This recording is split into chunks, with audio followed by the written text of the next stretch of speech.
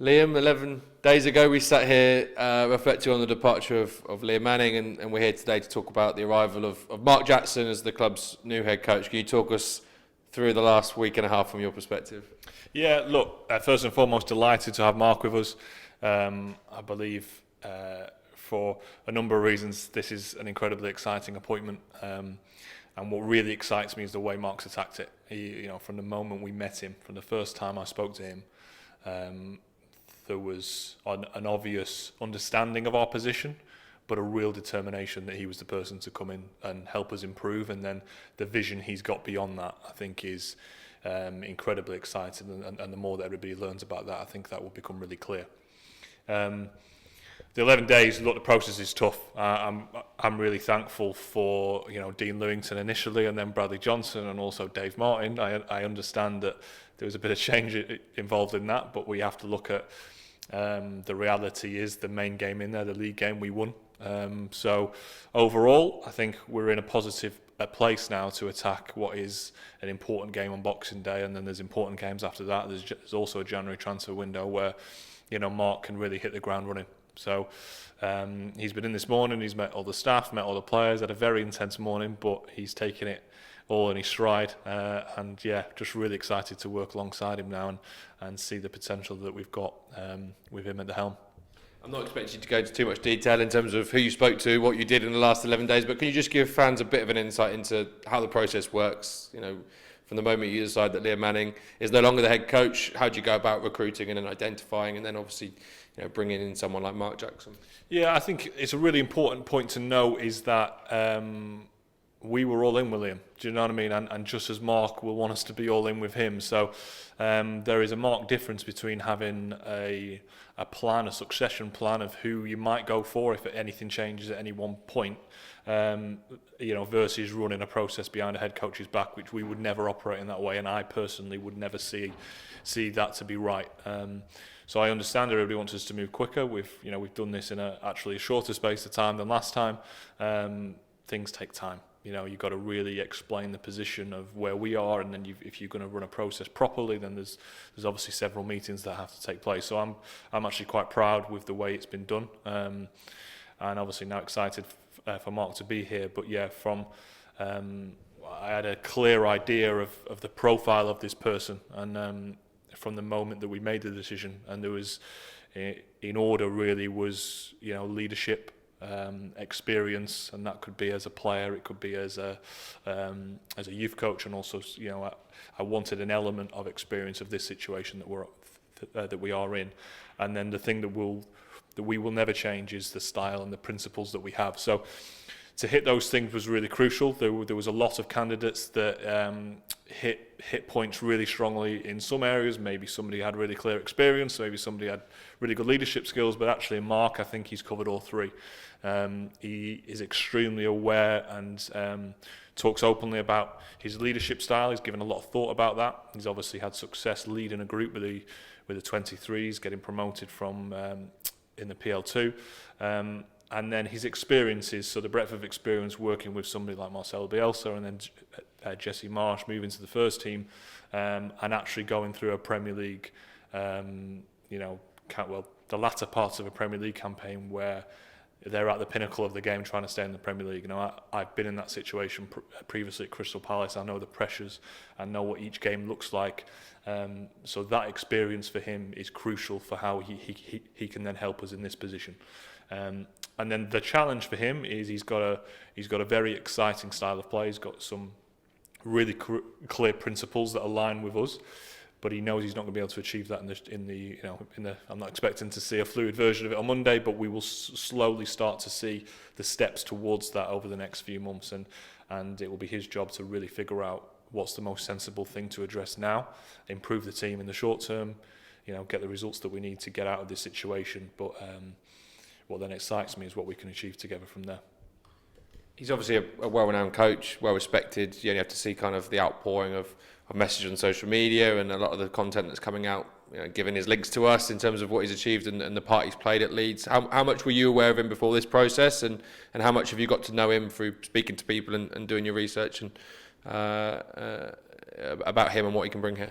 Yeah, I mean, one of the benefits of doing this for the second time, for me, is that he was a name that was involved last time. So for all that time, he sat on a kind of succession planning list.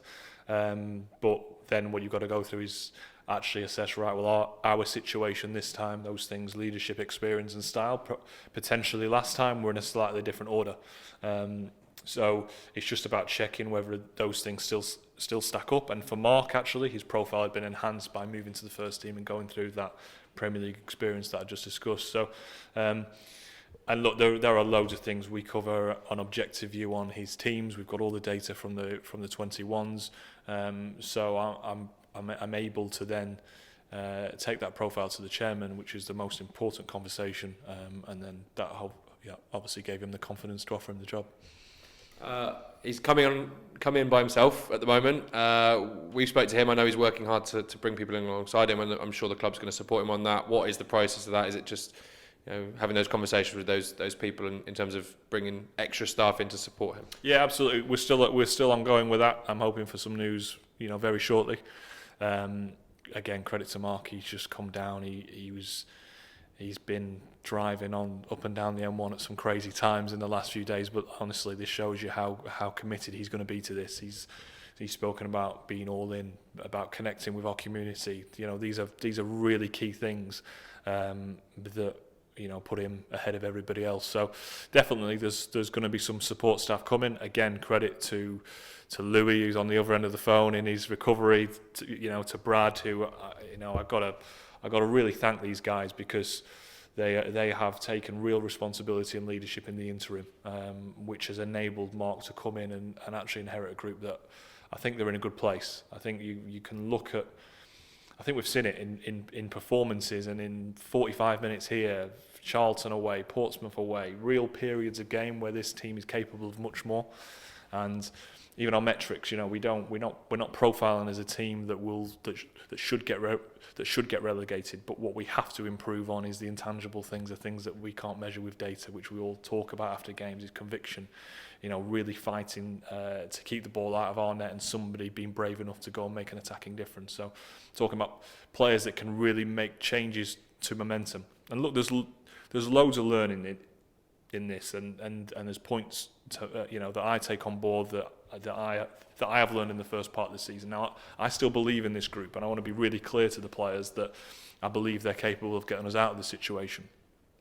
But what I think we've learned is that the balance of the squad's not quite right. So I'm not saying there's players that I regret signing, because that's not the case at all. But what we didn't do is quite get the variation right, and maybe some more physicality in certain areas of the pitch is what we missed out on. And but as I keep saying, people will be bored of hearing it from me. But when you face a big change of 14 players, you increase the chances of getting it wrong. What we've done with building this group, and what we'll continue to do over the next two windows, is refine it to ensure that we don't face that bigger change again. And I would like to think that we'll have a better chance of success if that happens.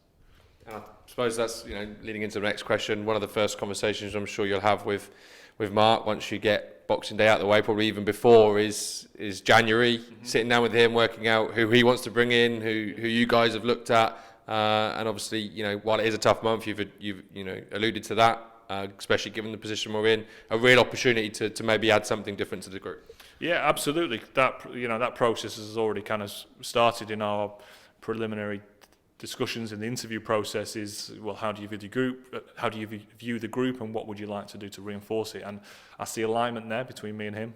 I think he's got time now to really look at the guys and make a further assessment. And it's another thing to probably clear up. The process in terms of how we recruit players is very transparent. I work in a way where the head coach has the biggest say of who we recruit. In the past, with the people that I've worked with, I'm constantly talking to them about the performance of the team. These conversations are happening every day, every moment, every lunchtime, every post-match. We talk about the team, and what happens, in that space, you get a brief of where we need to improve the team. It's then my role to share that brief with our recruitment team, and search for that constant alignment, basically. So we are looking to ensure that the players that we're watching align with how the head coach picks the team. And then ultimately, the most sensible approach then is we get in the same room, we all discuss it, we present the players that the process has found, and the head coach is allowed to bring his players into that as well. You know, we've got clear examples of that. Connor Coventry in January is an element of where our process aligns with a connection for the head coach, and we sign that player and it becomes a success. People would not take this job if it was anything different. So I want to really be clear on that. The recruitment is very aligned and is a process that we run together. So I'm excited to see what Mark thinks. He'll have some ideas to bring to the table, and we'll take a look for sure. Before then, though, Boxing Day here at Stadium MK.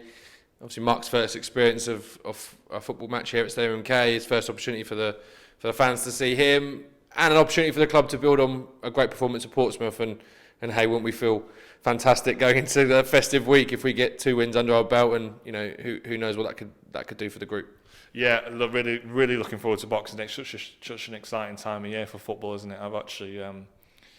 I've got a long list of Christmas shopping to get done tomorrow on Christmas Eve, which I always plan to avoid that. But given this process, that's what I'm doing tomorrow. And then really excited for Boxing Day. And actually, the guys, you know, they'll be in Christmas Day training. It is the focus that they've got and the belief I think they've got from that Portsmouth result is something to take forward for everybody on and off the pitch.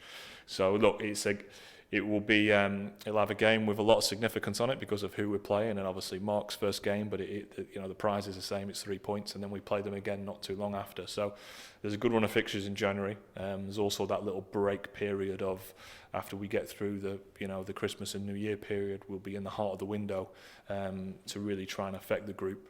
And yeah, I'm just looking forward to making as big as impact we can with Mark, a bigger impact as we can with the recruitment to, you know, get the team away from the relegation zone and obviously looking forward.